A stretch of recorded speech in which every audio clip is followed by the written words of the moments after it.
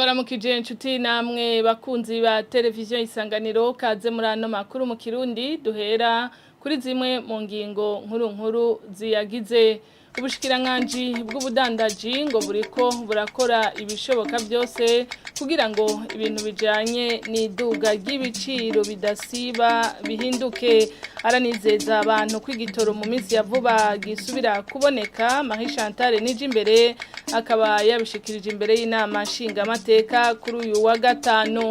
Umukuru w'ibiro bikuru vya Rusansuma Nicolas Ndayishimiye nawe aramenyesha yuko bariko barakora ibintu bitandukanye kugira ngo imirimo igende neza. Mu bikosorwa harimwo ibijanye n'umuvuduko wa internet hamwe no kumenya ingene hazosansumwa abana bo mwibarabara. Mukanya muca mubikurikira mw'idonido ryano makuru.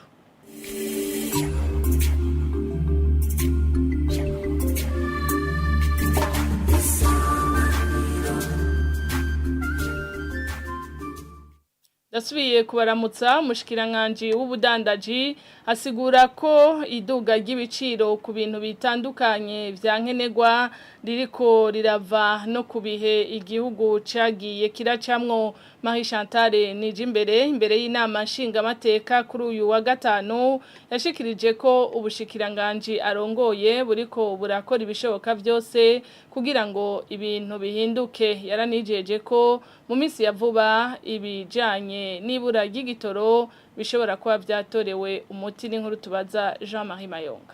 Abaza ngaho mugenge nasaba umushikiranganje ko azaratugirira commentaire nka auto evaluation ya ministère par rapport à cette mission turavye ngiyi bavuga ati définir la politique d'approvisionnement régulier du pays en produits stratégiques.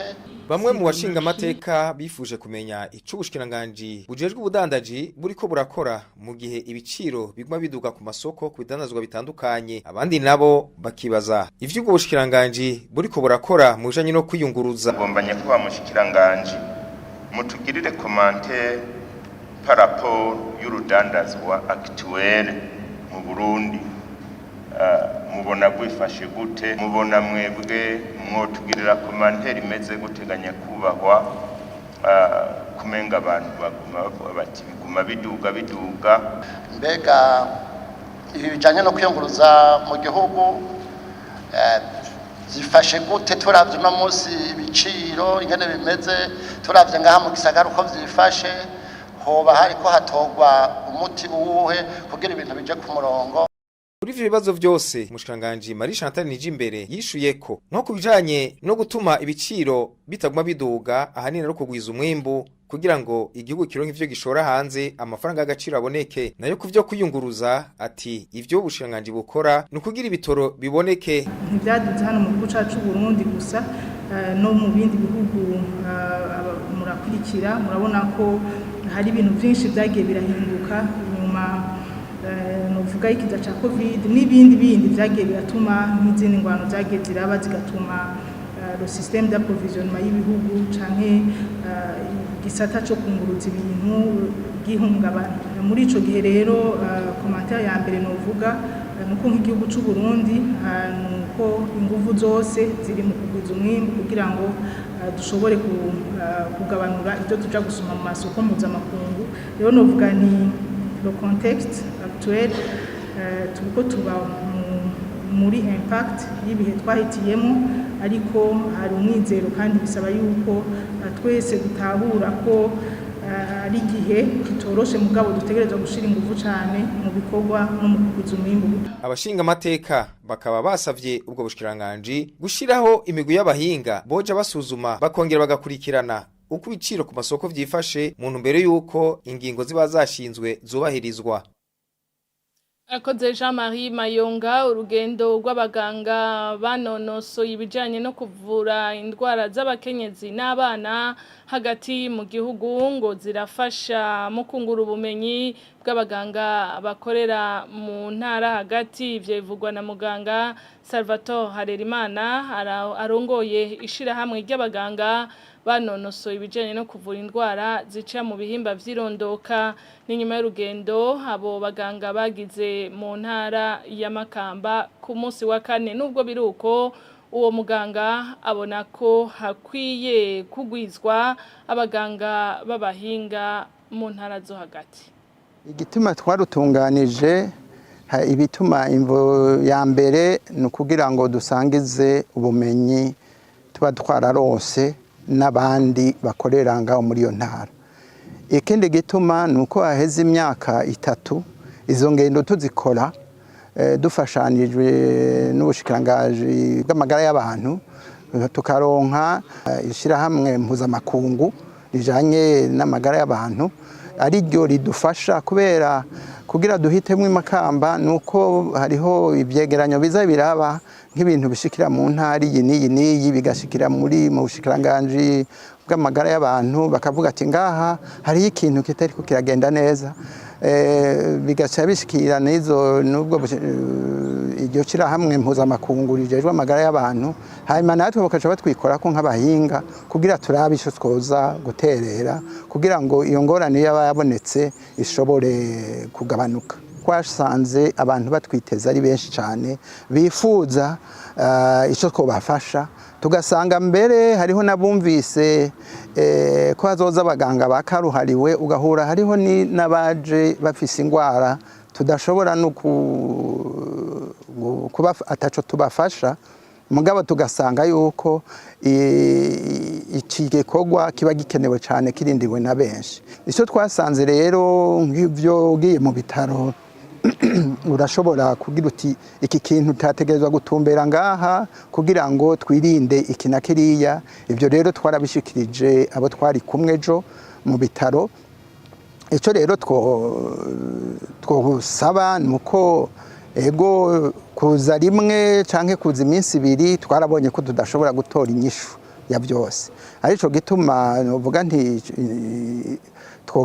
hogeragezwa kungura abantu banonosoye ibyo byo kuvura abakenyezi no kuvura abapfasoni bibungenze ndetse ibyo byonyene n'ibindi bisata kubera twasanze hari abandi bakeneye ibindi bisata baje kwivuza tudashobora kubahinyisha.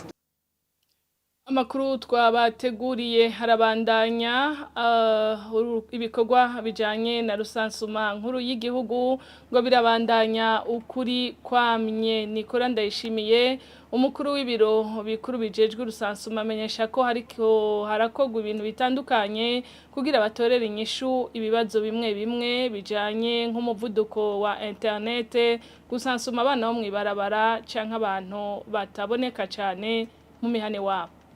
Naho twari dufise burya bwo power bank turabutwara mugabo kakora iminsi 2 tuja dufata rero imodoka zisanzwe ziriko zikora muri ivyo bikorwa zikaja zifata bwa power bank zikabutwara mu makomine hari umuyaga nkuba. Ikindi novuga muraze ko batezwa kurungika ibiharuro bahejeje gutororokanya bikaza ku mashini nyabwonko aho tubibika umunsi uheze kubera babirungika bakoresheje bwa buhinga bwa none hariho aho tudafise internet ugaca usanga chef do district aragize nk'ibirometero byinshi ariko ararondera ahantu ku musozi aja ashobora kuronka umuhora wa internet kugira ngo ashobore kubirungika. Kenshi rero ku mugoroba iyo turiko turasuzuma hari gihe dusanga bitarashika mugabo baragira inguvu nko mu gitondo bakaca bazinduka bakabirungika. Mu bisanzwe twaramaze kumvikana n'abajejwe intwaro yuko badufasha kuraba aho bajya abana baba mu barabara baba tuzoca tugerageza gukorana nabo tubasansumire umunsi umwe. Muvyo turiko tuvugana n'abajejwe intwaro mu gisagara ca Bujumbura kumvikana yuko mu bisanzwe twobasansuma hajya tuvuga ngo barafise amasite bararamu twabasansuma rero kuri ico gihe baje kuruhuka. Mu bisanzwe aho buca dukora nyumba kumwe ababizi yuko ejo bazokora ngaha tubwira rero nyumba kumwe yuko acabwira abo bantu bavyuka ku kazi akababwira ati ejo nitwebwe turamukiwe abakora rusansuma bazozinduka ngaha ku buryo tuzindutse tugatangura nk'isaha 12 zo mu gitondo tuba dukoza abatari bake bamwe bakaja ku kazi abandi tugaca tuvugana tuti muvuye ku kazi nimba muheza saa 9:30 muce muza kuza kugira ngo tubandanye tubasansuma. Gisata Chindero naho ishure ryigenga complexe scolaire Shehe Hamdan ryo mu Rumonge rizobandanya ibikorwa uyu mwaka w'ishure bucutangura ryitwa lycée communale mu Gishingo ca complexe scolaire. Anise Nyandwi umuyobozi ajejwe inyigisho mu ntara ya Rumonge akaba yabivuze kuri uyu wa kane habibisikanya ku buyobozi bw'iryo shure ni nyishu ku bavyeyi baherereye kuko ngo bari bamaze iminsi bibaza kazoza karyo n'inkuru tubaza Jean Pierre Misago. Mu nyuma yo gushikiriza umuyobozi mushasha no kugenzura inyubakwa n'ibikoresho by'iryo shure, Anise Nyandwi umuyobozi ajejwe inyigisho mu ntara ya Rumonge yamenyesheje abakozi baho bari bahari kw'iryo shure ryahora ryitwa Complexe Scolaire Sheikh Hamdan bin Rashid Al Maktoum riri mu minwe ya Fondation Al Maktoum ry'Abarabu baturuka mu gihugu ca Emirats Arabes Unis ribandanya rikora ukuri kwamye ariko ryitwa Lycée Communal Sheikh Hamdan bin Rashid Al Maktoum kuko ubu riri mu minwe ya leta y'u Burundi. Ikindi avuga nuko leta yemeye ko abigisha boguma baharangurira imirimo uko vyahora, mbere ko mu mwaka uzokurikira leta itegekanya ko yoba ari ishure y'uburaro. Uwo muyobozi aremesha rero abavyeyi ko borungika abana babo kw'ishure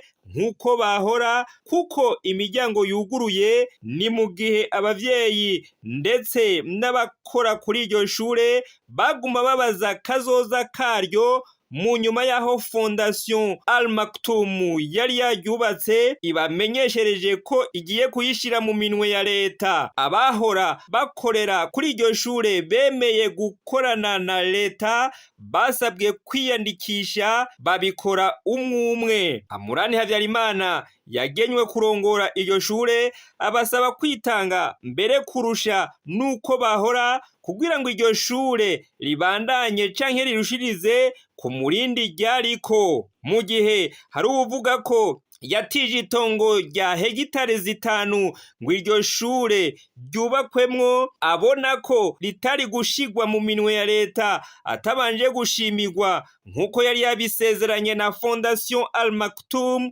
Umuyobozi ajejwe indero mu ntara ya Rumonge ashikiriza ko ataco bivuga ko mu gihe n'amakete bivugwa ko uwo avuga ko yari yatijije itongo yanditse asaba gusubizwa iryo tongo atayo yamenyeshejwe. Jean Pierre Misago arakenuye dusozera no makuru mu yavugwa mu makungu aho imyuzurira yateye muri Afrika y'uburengero abantu baba amajana 2 bakaba bamaze kuhasiga ubuzima nkuko amakuru dukesha Africa News abimenyesha. N'inkuru tubaza Sheila Irambona. Les récentes précipitations et inondations en Afrique de l'Ouest ont... Ayo makuru amenyesha ko imyuzurira yabaye muri Afrika y'uburengero yatumye abantu barenga 950 harimo abana bateshwe izabo nko muri Mali, Nigeria no muri Niger. Ngo mu gihe ano mezi ari gihe gisanzwe cibonekezamwo imvura nyinshi, ivyabaye ubu byatumye haba impanuka nyinshi nko mu ntara zine zo muri Mali, yaba Bamako, Segou, Korikoro hamwe na Gao. Muri Nigeria naho iyo myuzurira ikaba yateye uburere 29 kuri 36 bugize ico gihugu na cane mu buraruko. Ayo makuru abandanya amenyesha ko iyo myuzurira yatumye ingomero zuzura, inzuzi nazo nyene zikaba zaruzuye cukimwe na Fleuve Niger. Ivyo ngo bikaba vyarahitanye abantu barenga amajana 2 harimo n'abana. Amahegitari nayo yababa ibihumbi vy'amasi ndimwa akaba yaratwawe, bikaba vyatumye abantu bagira ibibazo vyo gufungura muri ico gice ca Afrika. Ayo makuru akarangiza avuga ko muri Niger naho nyene intara 8 z'ico gihugu na zone zatewe n'iyo myuzurira. Sheila Irambona arakenuye. ni na hano duciye dusozerera no makuru twari twabateguriye. Ndabifurije kugira ibihe vyiza mwebwe mwese mwadukurikiye.